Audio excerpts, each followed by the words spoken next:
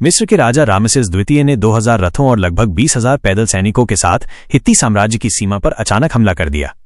तीरों की पहली बौछार में दुश्मन के घुड़सवारों का पहला दस्ता पूरी तरह से खत्म हो गया, जो युद्ध के लिए तैयार हो रहे थे। दूसरी घुड़सवारी वाली तीरंदाजी के हमले से पहले से ही घायल दुश्मन की सेना को और भी भारी नुकसान हुआ। ये देखकर कि दुश्मन ने अपनी शुरुआती हमले की क्षमता पूरी तरह से खो दी है, उन्होंने पैदल सैनिकों को ढालों की एक दीवार बनाने के लिए भेजा, पर वे रामेसेस के भारी रथों के हमले को बिल्कुल नहीं रोक पाए।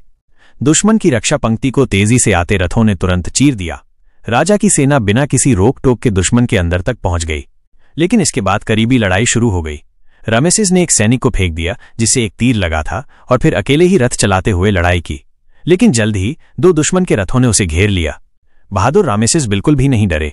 उन्होंने दुश्मन के साथ भीषण करीबी लड़ाई शुरू कर दी, लेकिन जल्द ही उनके रथ का एक पहिया दूसरे रथ से टकराकर टूट गया। तभी सामने एक बेकाबू रथ ने उन्हें मुश्किल में डाल दिया।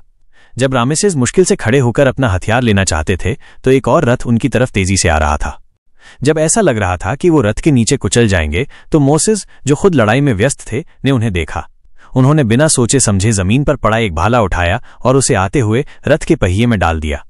इस तरह उन्होंने रामेसेस को तो बचा लिया, लेकिन इससे उनके खुद के लिए खतरा पैदा हो गया।